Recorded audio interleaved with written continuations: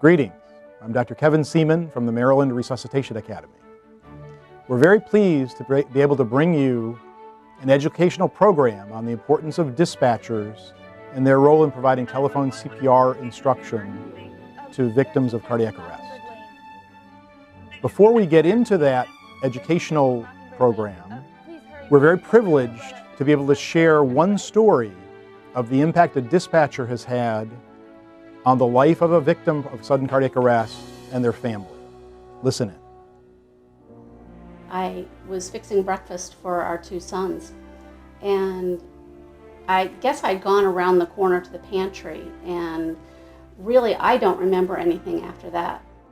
A few seconds later, 10, 15 seconds later, my youngest son yelled up and said, "Mommy's hurt." So at that point, I figured probably would make sense to stop what I'm doing, and I ran right downstairs, and there she was laying in our pantry area, our mudroom, basically face down and kind of curled in a ball a little bit, but she was completely unresponsive. I didn't know if she had passed out, if she had hit her head, or what had actually happened. So I immediately tried to rouse her, and of course no response. So I immediately called 911. One of my first calls of the day, and you answer the phone, and on the other end you have someone pleading for help. His wife wasn't breathing, so. As soon as I spoke with him, he let me know the situation, what was going on. She was unconscious, she wasn't breathing, and he just wasn't sure what to do. 45, 40, 49, 50, you're doing 56, 57, 60, 61. You never know how you're going to react in a mode where, adrenaline kicks in and kind of the emotions are set aside for the moment. And it's, for me anyway, it was act, do something to fix the situation, but it wasn't really any kind of clear indicators as what I should do. So that was the real value for me, is that I'm there I probably have the mentality to be an EMT and somebody in emergent situations, but without really the knowledge of what to do, I could have been easily in the, I don't know what to really do here, but just I'm going to act, I'm going to do something. I could have done something wrong. So having the guidance and just that calm person on the other, and it wasn't even just calm, it was very deliberate. It's like, this is what you need to be doing. It wasn't spending a ton of time asking questions and diagnosing every single aspect around what's going on. It was, let's act, let's do, and for me that was perfect. Our role as telecommunicators and EMDs is extremely unique when it comes to cardiac arrest calls and telephone CPR. Unlike in other professions, we have the ability to impact all of the links in the chain of survival. In the chain of survival, you will find early access to 911, that's you as the EMD and telecommunicator who answers the phone. Early CPR, you can provide those instructions, so that's you too.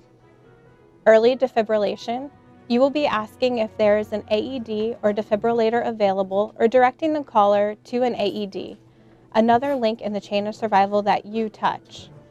Without your call processing, it would be impossible for the patient to have early advanced life support interventions, which is the next link in the chain of survival. We want to take a moment to express the EMS system support for you. Our emergency medical dispatchers are the lifeline for the thousands of callers who dial 911 for medical help each year, providing critical dispatch-assisted CPR instructions to callers using EMD protocols for a patient who meets the criteria makes you a critical link in the pre-hospital EMS response. This provides patients and their families with an opportunity for a positive outcome.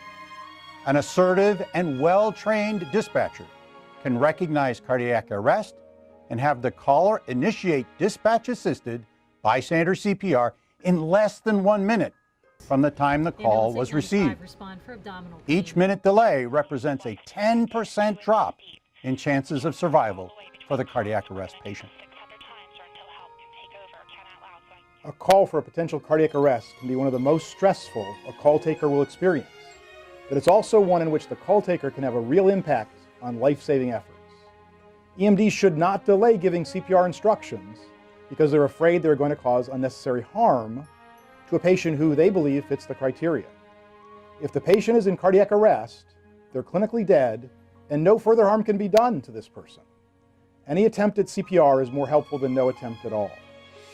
So making sure that as many people as possible know CPR, it's critically important to us because it could also mean the lives of our children. And I'm probably a little annoying to our friends because I'm constantly harping on them, come over here because I need to teach you CPR. And it's, vitally important that everyone knows it, especially now that it's so easy with hands-only CPR being the standard. But still, I think when you're in that moment, whether you've been trained or not, all of the encouragement that you can get and that confidence from the call taker in your ear it's just critical. It's important.